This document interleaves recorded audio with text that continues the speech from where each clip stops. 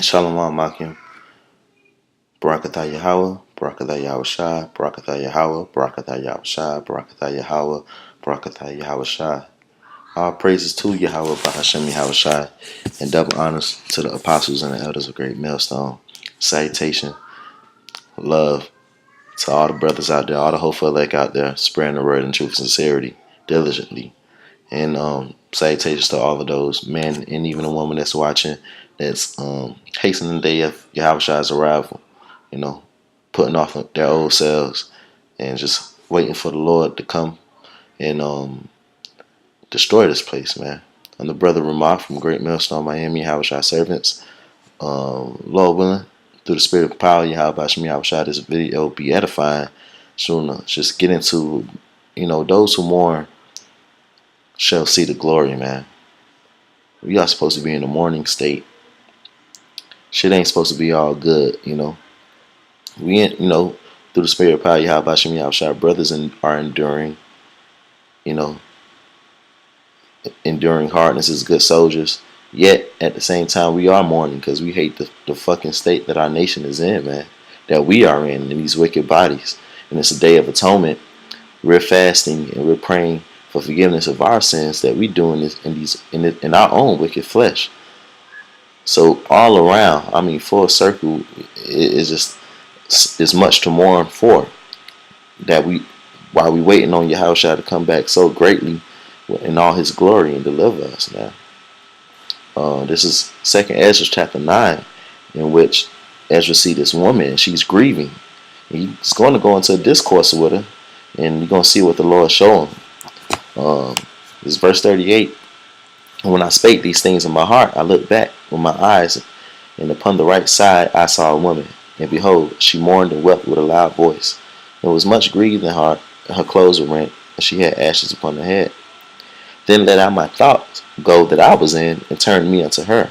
So Ezra let go what he was thinking about, and he turned his attention to the woman. Verse 40. And said unto her, Wherefore weepest thou? Why art thou so grieved in thy mind? And she said unto me, Sir, let me alone, that I may bewail myself, and add unto my sorrow. For I am sore vexed in my mind, and brought very low. And I said unto her, What aileth thee? Tell me. She said unto me, I thy servant have been barren, and had no child, though I had a husband 30 years. In those 30 years I did nothing else, day and night, and every hour, but make my prayer to the highest. After 30 years, the Most High heard me, thy handmaid, looked upon my misery, considered my trouble, and gave me a son, and I was very glad of him. So was my husband also, and all my neighbors, and we gave great honor unto the Almighty. And I nourished him with great travail. So when he grew up, and came to the time that he should have a wife, I made a feast. So this woman was barren 30 years. The Lord finally gave her a son. She nourished him with great travail, brought him up, raised him up, and it was time for him to have a wife. She about to have a feast for him. And this is what happened. Chapter 10, verse 1. And so it came to pass that when my son was entered into his wedding chamber, he fell down and died. So, yeah, the son dropped dead on the day that the lady was having a feast for him to get married. Verse 2, Then we all overthrew the lights, and all my neighbors rose up to comfort me, so I took my rest until the second day at night. And it came to pass when they had left off to comfort me, to the end I might be quiet, then rose I up by night and fled, and came hither into this field, as thou seest. And I do now purpose not to return into the city, but here to stay, and neither to eat nor drink, but continually to mourn and to fast until I die. So that's how she met with Ezra, because this had just happened. Verse 5. Then left I the meditations wherein I was, and spake to her in anger, saying, now this is Ezra speaking, Thou foolish woman above all others, seest thou not our mourning and what happened to us? How that Zion, our mother, is full of all heaviness and much humble, mourning very sore. And now seeing we all mourn and are sad, for we are all in heaviness, art thou grieved for one son? So Ezra looking at this woman like, man, you tripping. Like you mourning over one son. Look at the state of our people. Look at the state of Zion. Look at the state of Israel. He's mourning over his people, which we supposed to be doing right now, man. That's why we go out on the streets. And we lift our voice up as a trumpet and show our people their transgression. And show these people that they are in captivity, man. That they eating nothing but bullshit. That they being poisoned every day. That they are being wicked. That they are following false gods. Our people out here being homosexuals. Our people out here being transsexuals, man. Eating all type of abomination. They not even looking for their power to come back, man. They just totally wicked, man. And we mourning the situation. We mourn even the situation, us being in these chains of darkness, man. This wicked ass flesh that we in. That's our mind state, what we should be mourning over. Now I'm gonna skip down to verse 21.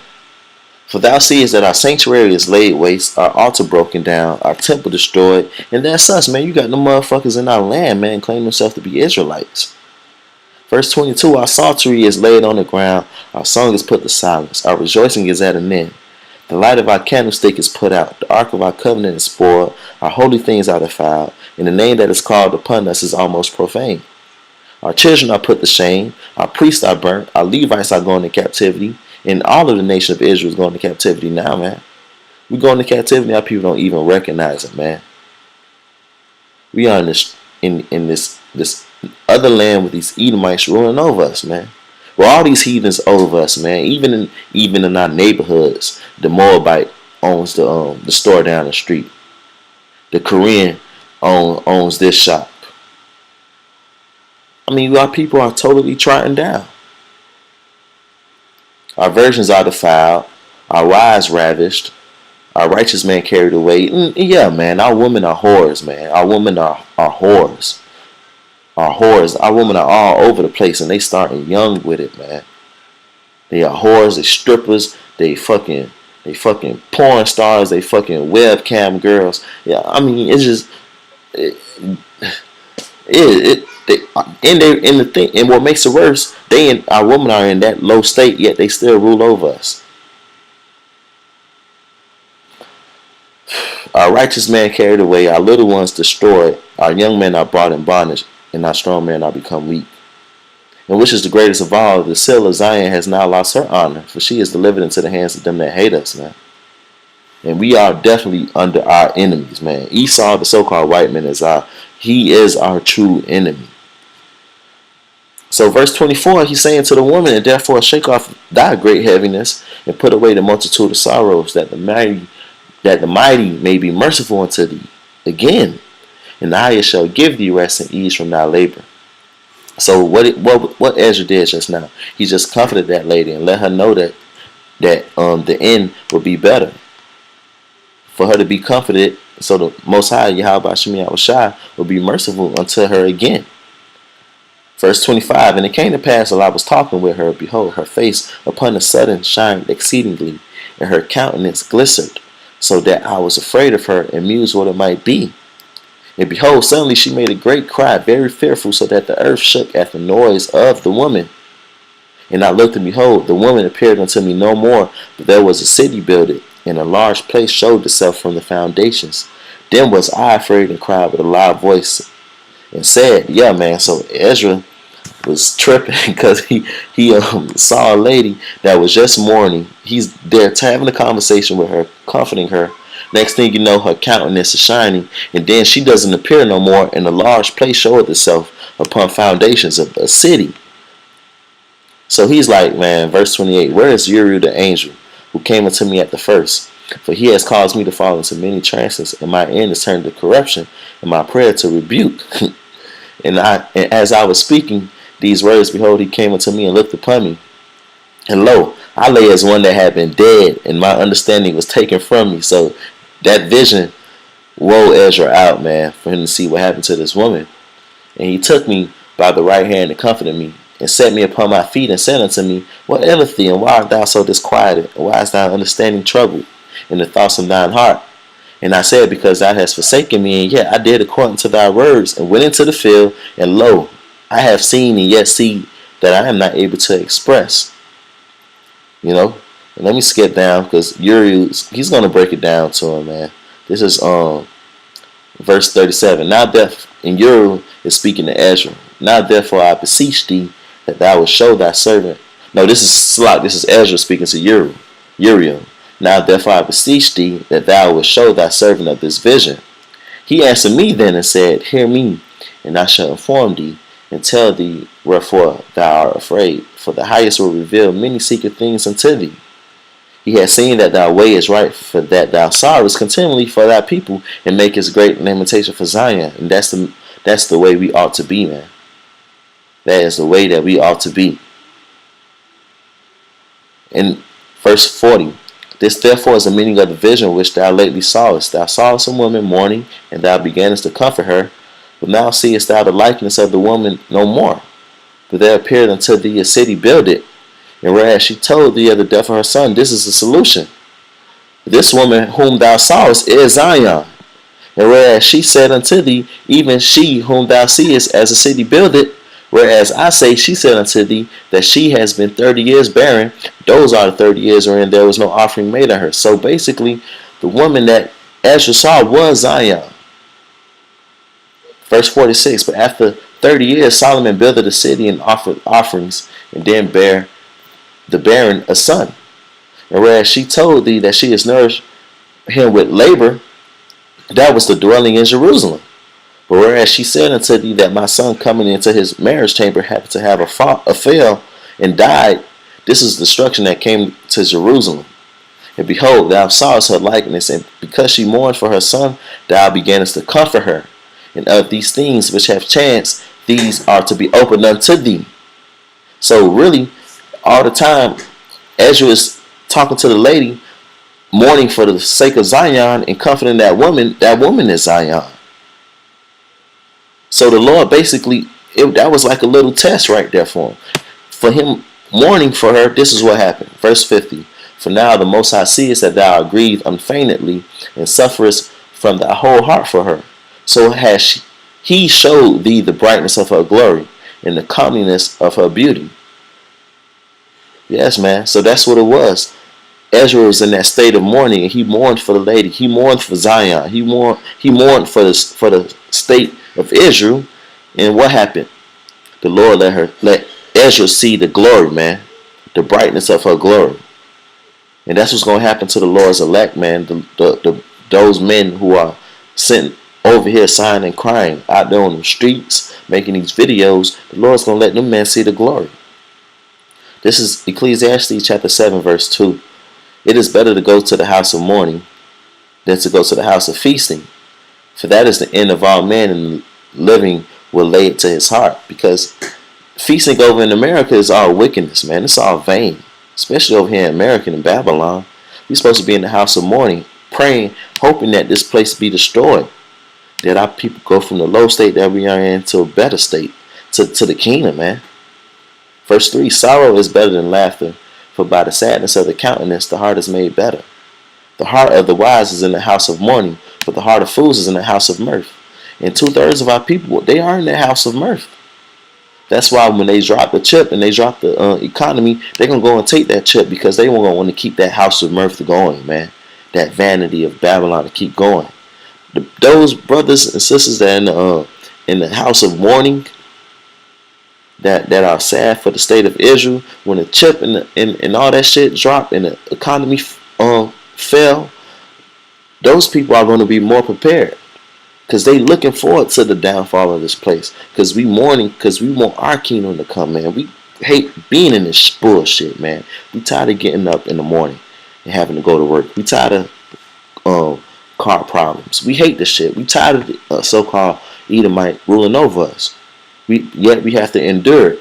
And we endure it with mourning, with sighing and crying, with prayer and fasting, which is what we doing today, man. Fasting on this Day of Atonement.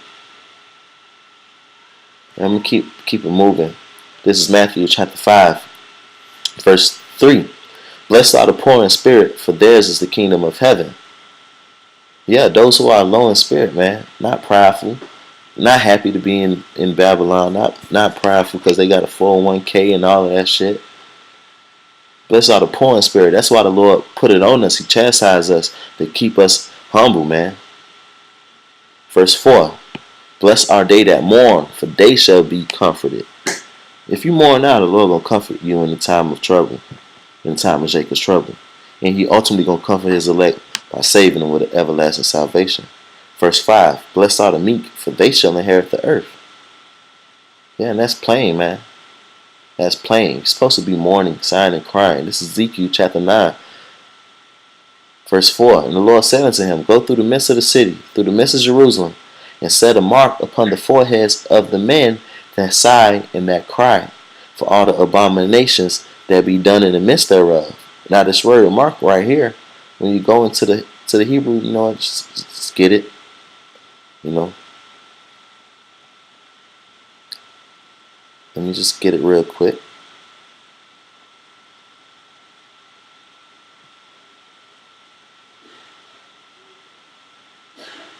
Now the Hebrew word there is tawa. And what it means, mark, a sign of exemption from judgment. So basically, those who sign that cry gonna have that mark of being exempt from judgment. And I want to read that again. The Lord said to him, go through the midst of the city, through the midst of Jerusalem, and set a mark upon the foreheads of the men that sigh and that cry, for all the abominations that be done in the midst thereof. And to the others he said in my hearing, go ye after him through the city and smite, let not your eyes spare, neither have ye pity. Slay utterly old and young, both maids and little children and women.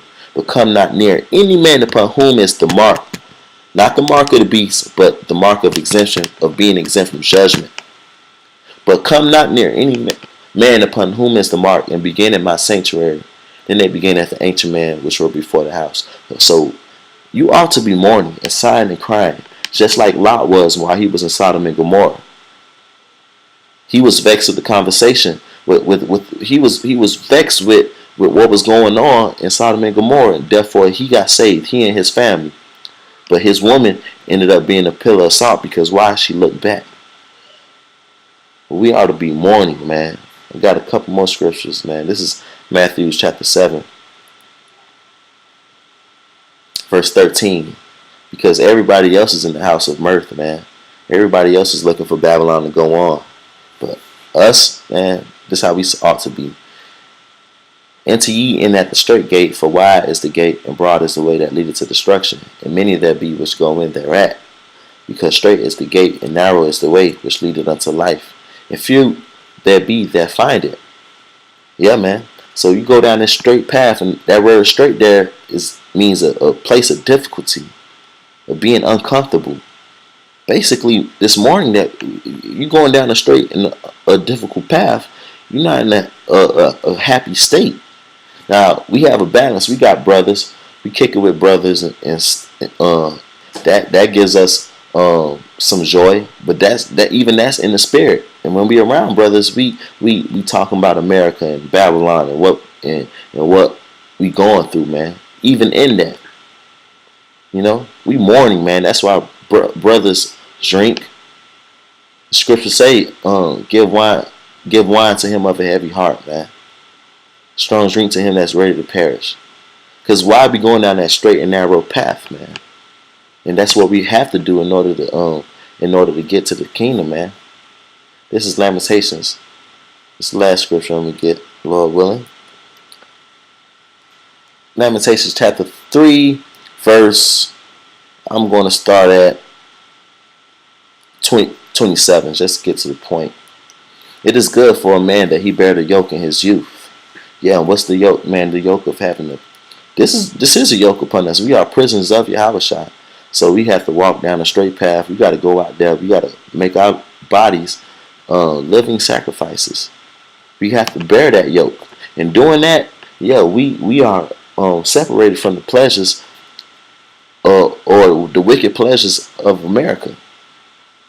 We sacrifice. We go out there on the weekends, in season, out of season, and prophesy the downfall of America. We separate ourselves from people. People separate themselves from us. That's the yoke that we have to bear now. Verse 28, he sitteth alone and keepeth silence, because he has borne it upon him. He put his mouth in the dust, if so be there may be hope. So we take it, man. We take it, man. We know that we got to take L's here. So what we do, we take it and we thank the Lord that He gave us knowledge that if we take it, He gonna deliver us, man. He giveth his cheek to him that smiteth him. He is filled full with reproach, and that's us, man. We are filled full with reproach, and we just have to take shit, man, from our bosses, from women, from just Babylon, period, man. Car problems. One day your car straight, next day it ain't. You gotta take it. You gotta keep going. You gotta keep moving. You gotta keep pushing, man. Somebody try you at your job. Somebody try you on the streets. You can't put them to death. You got to take it, man. Take it on the cheek. Verse 31. For the Lord will not cast off forever. But though he cause grief, and that goes with mourning, yet will he have compassion according to the multitude of his mercies. Yeah, man. So though he cause us grief, though we mourning, the Lord is going to come down and he's going to show his multitude of mercies upon us, man. He already has by giving us his truth, letting us know that America is going to be destroyed and that he is going to deliver his men up out of this place, man. Yeah, so mourn now, and we shall see the glory. Those that sigh and cry, man, the Lord going to have a thousand fall at one side and 1,000 fall at your other side, but you're going to be all right, because the Lord going to keep his men that wait upon him, that are grieved for him, that are grieved for the sake of Israel, man. And with that, shalom.